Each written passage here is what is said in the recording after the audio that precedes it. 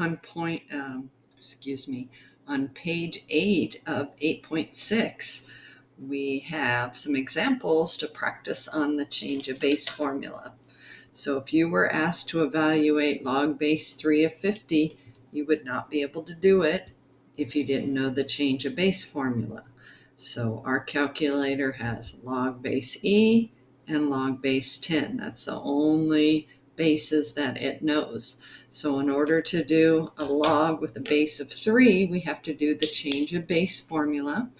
And always pay attention to what they want you to round to, because when you're taking an electronic test, you round incorrectly, you miss the problem. So be really careful that you notice that, write it down on your paper, whatever, before you move on to the problem. So we learned on the last page, at the bottom of page 7, that in order to change the base, we do log of the high, not the highest number as in largest, but the one up highest, divided by log of the low. So log of 50 divided by log of 3. Now they're both base 10, so now we can evaluate them with the calculator. And as I explained on the last page, you could also do natural log of 50 divided by natural log of 3 and get the same answer. So it doesn't matter if you change them both to base 10 or both to base E. So how do we type it in? Pretty much just like it shows. Let me see if I can think over here would be better maybe. Okay, so let's do this first one. So we do log of 50 and make sure you close your argument. Otherwise it's going to do the log of a log and you don't want it to do that. So log of 50, close the argument, divided by log of 3, close the argument. And there is where they got the 3.5608, blah, blah, blah. So rounded to 3 decimals, we underline the third decimal place, which is a 0, and we ask ourselves, does it stay 0 or become 1? Those are the only questions. Stay 0 or become 1. Because it's followed by an 8, it becomes 1. And notice then we change to squigglies to show the reader, or approximate symbols, that this is now not an exact answer, it is an approximate answer. And likewise, that's why I put those here. So if you decided to do natural log, I think it's kind of easier to write natural log myself, so I lean that way.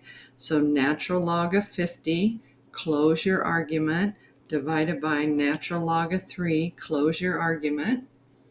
And you can see we get the exact same answer, 3.5608. So approximately 1, 2, 3, 0 followed by an 8 turns to 1, 3.561.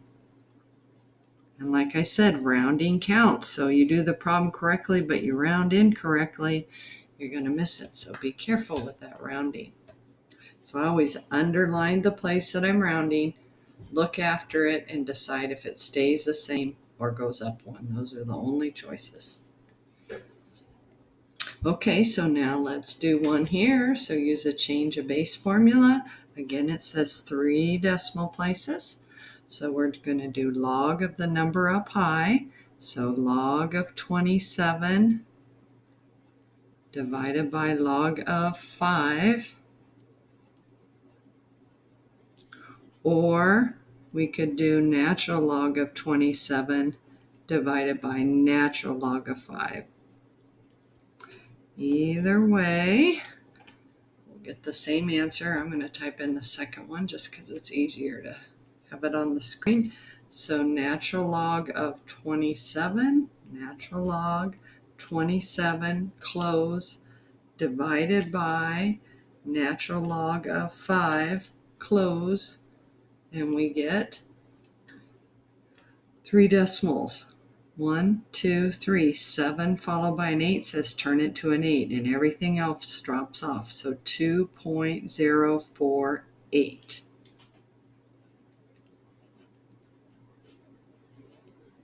And again, I used my approximate symbols to show the reader that it is now an approximate answer.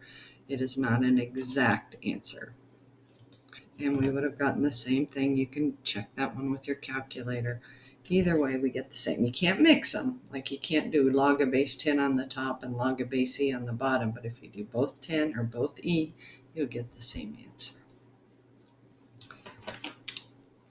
Okay, so let's see some applications. And this is actually a really big part of Math 150. You spend a lot of time doing this. There's a whole unit on logarithms. So they expect you to come in, with the base knowledge, and then they just build from there.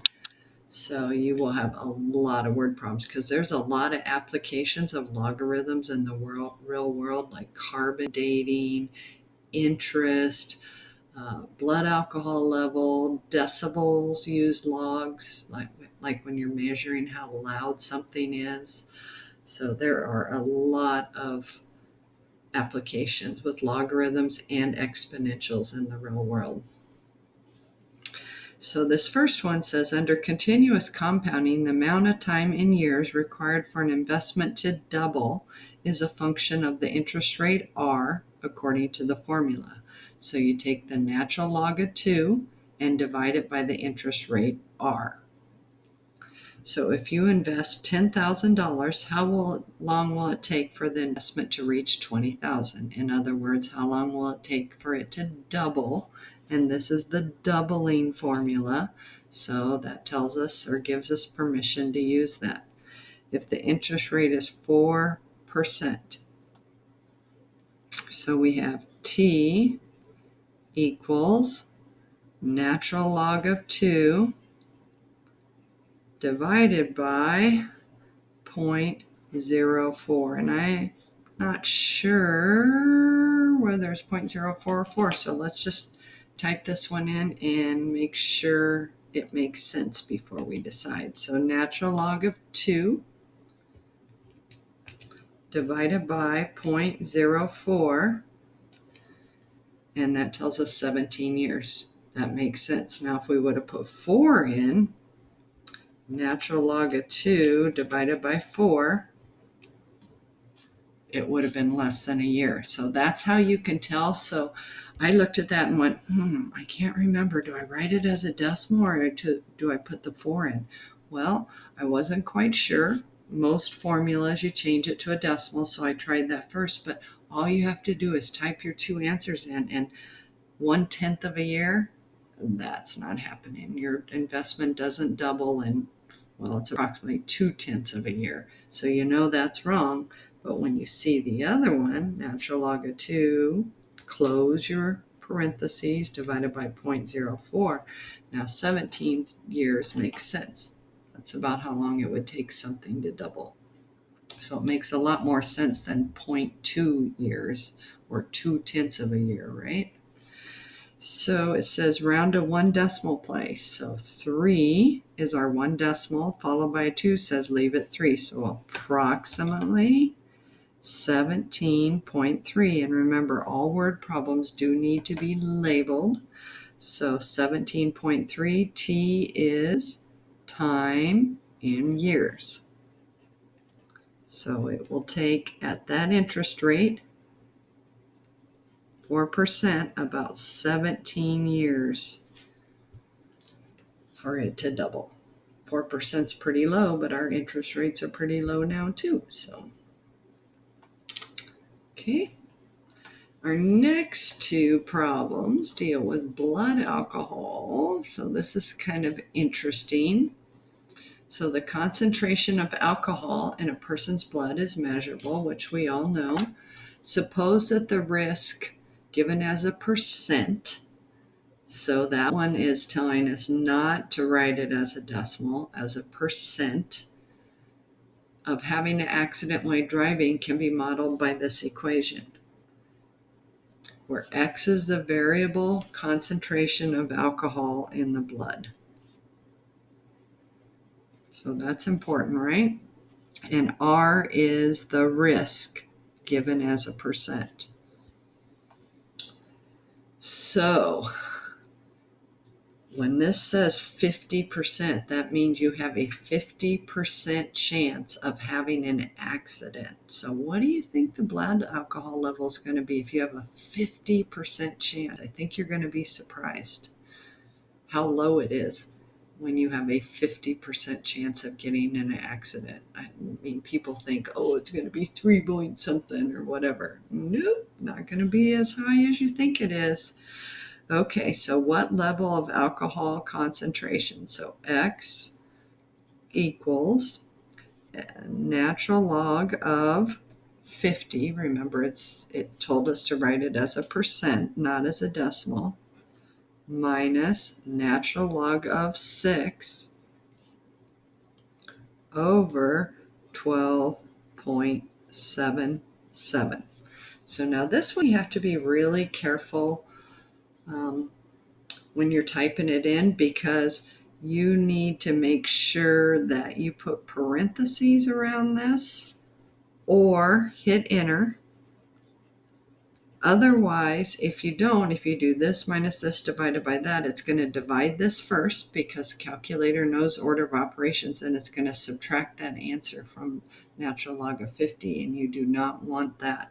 So you either have to use parentheses or hit enter because there's 2 terms in the numerator. Anytime there's 2 or more terms in the numerator or denominator, it requires either parentheses or hitting enter. Most students forget parentheses, so I think hitting enter is probably a better way to train yourself. So we have natural log of 50, close, minus natural log of 6, close. Look at your screen, make sure that looks good. Hit enter, and then we divide by 12.77. So now it takes the whole numerator, as it should, and divide it by 12.77. So look at that. That's only double the legal limit. So 0.08 is illegal, or where, you're considered drunk. It's only double that, and you have a 50% chance of getting in an accident. To me, that's pretty amazing. I thought it would be way higher than that. And it wants to know, X is the variable concentration of alcohol. So I think they usually round it to 2 places. I notice here they don't say to round it. So we can tell it goes on forever. So since we know from common knowledge, 0.08 is the drunk driving, we'll round it to 2 places. So 2 places, 6 followed by 6 would be 0.17, which is just a little teeny bit over double the legal limit. So approximately 0.17.